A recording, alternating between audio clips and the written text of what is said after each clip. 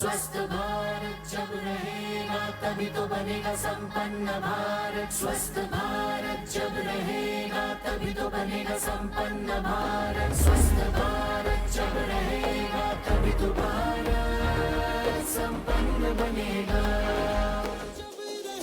स्वस्थ भारत जब रहेगा तभी तो भारत। 2 साल पहले दुनिया के छोटे से हिस्से में जो सांस की बीमारी की तरह शुरू हुई थी, उसने सारी दुनिया को अपनी चपेट में ले लिया।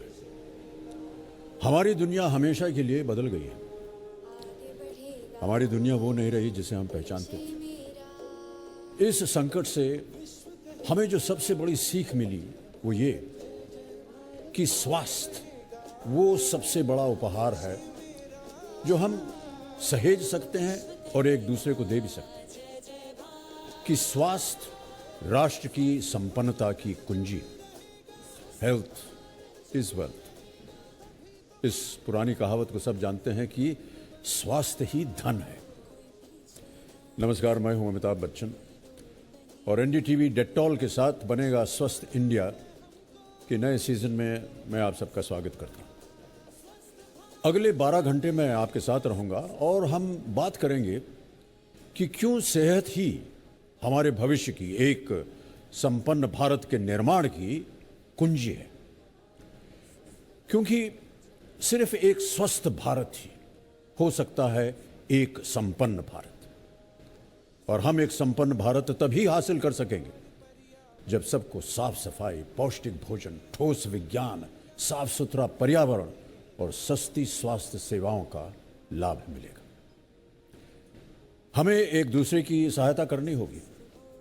अपने सबसे कमजोर लोगों को सामाजिक समानता और न्याय दिलवाना होगा। LGBTQ समुदाय, बच्चों को जन्म दे रही स्त्रियां, छोटे बच्चे और दूर दराज रहने वाली आबादी, इन सब को हमें साथ लेना होगा।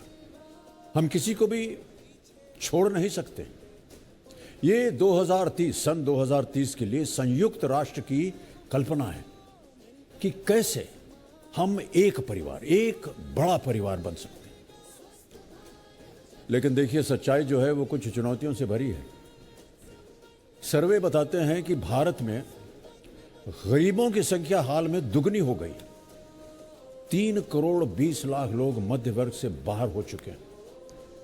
ग्रामीण भारत की घरेलू आय कई मामलों में 75% से कम हो गई। घर का कर्ज बढ़ गया है, जिसकी वजह से बहुत सारे परिवार और बच्चे भूखे और बेघर हो गए। उदाहरण के लिए उत्तर प्रदेश में 4 लाख से भी ज्यादा बच्चे कुपोषित हैं और उनका ध्यान रखने वाली आंगनवाड़ियां बंद हो चुकी हैं। कोविड ने हमें सिखाया कि हमें मिलकर काम करना होगा। जहां यह आवश्यक है कि सरकार स्वास्थ्य सुविधाएं और पोषण की जरूरतों को और अच्छा बनाए, वहीं पर नागरिकों को के हर तौर पर हमें भी अपना ध्यान रखना होगा। नागरिकों को हर तौर पे अपना ध्यान रखना होगा।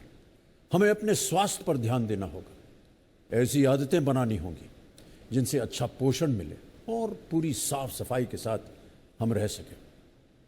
यही तो स्वस्थ रहने की दिशा में पहले कदम होंगे। अगर हम अपना ध्यान नहीं रखेंगे तो स्वास्थ्य और इलाज का खर्च जो है वो भी बढ़ता चला जाएगा। क्या आपको मालूम है कि इस महामारी से पहले भी खराब स्वास्थ्य की वजह से दुनिया भर की GDP हर साल 15% कम हो जाती है। अगर हम मिलजुल कर एक बेहतर स्वास्थ्य सेवा बन जाएं, अगर पर्यावरण को सुरक्षित और साफ सुथरा कर पाएं और अपने लोगों को मजबूत बना पाएं, तो हम ऐसी महामारियों को रोक सकते हैं और सबके लिए एक संपन्न भारत का निर्माण कर सकते हैं।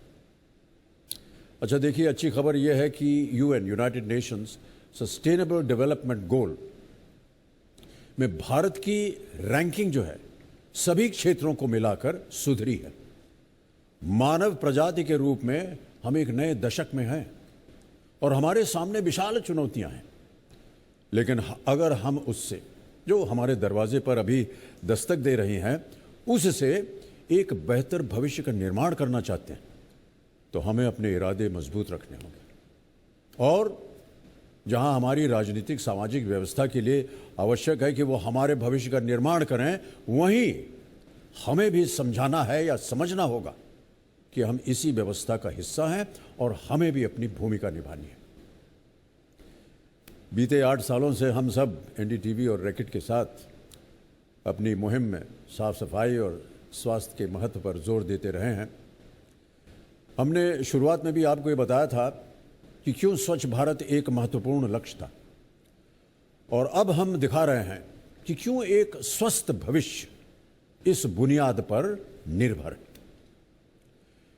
इस वर्ष हम आपको बताने जा रहे हैं कि क्यों बस एक स्वस्थ भारत ही हो सकता है एक संपन्न भारत। आज के इस कार्यक्रम में हम सारे अंतर्राष्ट्रीय पैमानों पर अमल कर रहे हैं। यहाँ हर कोई जब वो पैनल पर बोल नहीं रहा होगा मास्क पहनेगा। बहुत बहुत धन्यवाद आपका। नमस्कार।